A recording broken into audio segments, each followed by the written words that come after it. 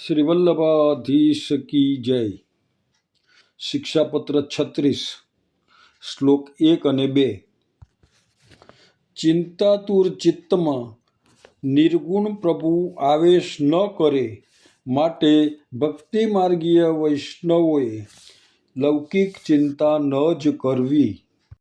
શ્લોક 3 શ્રી મહાપ્રભુજી દ્વારા આત્મનિવેદન કર્યું છે તે જીવે પોતાનું, સ્ત્રી, પુત્ર સર્વનું નિવેદન કર્યું છે, તેથી બધું પ્રભુનું જ થયું, માટે આ બધા માટે વિનિયોગ નિમિત્ત પણ ચિંતા કરવી નહીં। શ્લોક 4 ધર્મશાસ્ત્રમાં કહ્યું છે કે આ કળિયુગમાં અન્ય કર્તાના સંસર્ગથી તેમના દોષ આપણને લાગતા નથી। સંબંધીઓ અન્યાશ્રય કરે તો તેમના સંસર્ગથી આપણને દોષ લાગતો નથી, જે કરશે તે ભોગવશે। શ્લોક 5 અન્ય યુગમાં કળિયુગ પંચમપણાથી ગણાયો છે, માટે અવૈષ્ણવની સાથે ન રહેવું। શ્લોક 6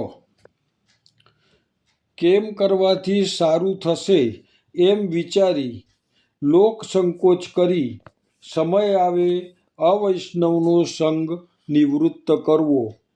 શ્લોક 7 રોગની ઉત્પત્તિને તેનું મૂળ કારણ જાણ્યા સિવાય દાબી દેવામાં આવે તો તે રોગ પુનઃ ઉત્પન્ન થાય છે, તેમ પ્રતિબંધની નિવૃત્તિ ધીમે ધીમે કરવી। શ્લોક 8 આપના મનને મોહનું કારણ થઈ પડે એવી વૃથા ચિંતા ન કરવી। શ્લોક 9 આપનું આયુષ્ય નિરંતર ચાલ્યું જાય છે, માટે અતિ ચતુર વૈષ્ણવે ભગવાનના ચરણારવિંદમાં પોતાનું ચિત્ત સ્થાપવા એક ક્ષણનો પણ વિલંબ ન કરવો। શ્લોક 10 શરીર પ્રાકૃત છે તે પણ સર્વથા અનિત્ય મનાય છે। શ્લોક 11 શરીરનો સંબંધ પણ અવિદ્યાથી છે, તેથી અહંતા મમતાત્મક સંસારનો સંબંધ પણ મિથ્યા છે। શ્લોક 12 તેથી એવા સંબંધથી થતું દુઃખ પણ ઉત્તમ જીવોએ ગણકારવું નહીં, અને પ્રતિબંધની નિવૃત્તિ અર્થે હરિને શરણે જવું।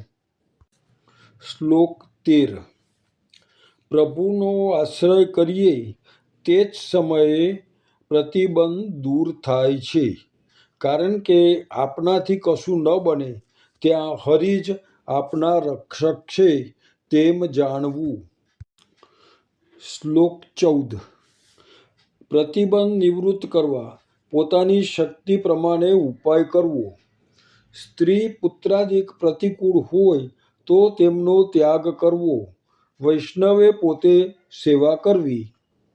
શ્લોક 15 સર્વથા આપની અશક્તિમાં હરિ જ રક્ષક છે। શ્લોક 16 પિતા સમાન શ્રી ઠાકોરજી આપના શિર ઉપર વિરાજે છે, તો આપને શું કરવા ચિંતા કરવી જોઈએ? પ્રભુ આપનો ત્યાગ કરશે નહીં। શ્લોક 17 અને 18 શ્રીકૃષ્ણની સેવા વિના બીજી કોઈ પણ પ્રકારની ચિંતા કરવી નહીં, તેમને તો માત્ર નિવેદનના અનુસંધાનની ચિંતા કરવી। શ્લોક 19 જેમને આત્મનિવેદન કર્યું છે તેમનું હરિ લોક તથા વેદમાં સ્વચ્છતા કરશે નહીં, એ વચનનું સ્મરણ કરી પ્રભુની સેવા કરવાવાળા વૈષ્ણવોએ પોતાના હૃદયમાં રહેલી ચિંતાને શીઘ્ર નિવૃત્ત કરવી।